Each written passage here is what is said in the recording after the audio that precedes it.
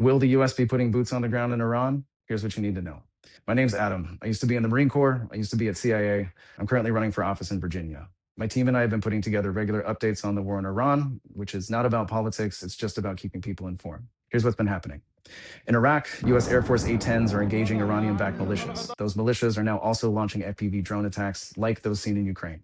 The Israelis announced they're mobilizing 450,000 troops for a ground assault into Lebanon. Iran is stepping up attacks on Saudi Arabia. A massive drone barrage was just launched earlier this morning. Dubai International Airport caught fire after a drone hit a fuel tank.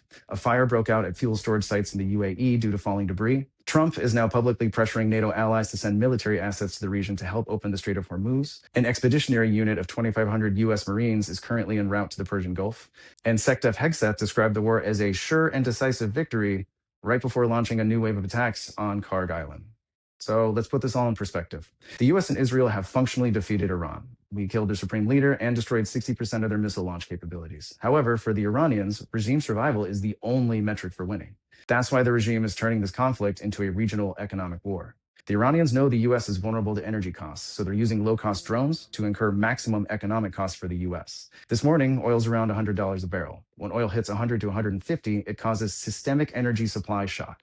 At $120, the triggers for recession start to appear. At 130, gas prices force American households to cut spending. At 140, the global economy hits mild recession. And at 150, the US could go into a full recession. That's why Trump is now demanding Iran stop targeting ships in the Strait of Hormuz as a precondition for negotiation.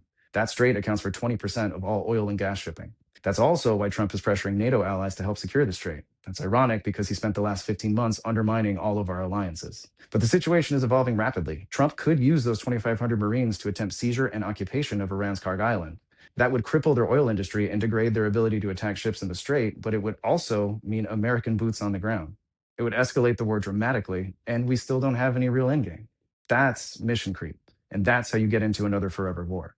So that's where we are right now. Oil prices moving towards energy supply shock, global recession, a potential reality. And the big question is, who can absorb more economic pain, us or them? Because that is how victory will ultimately be defined. But there's also something more subtle you need to pay attention to here.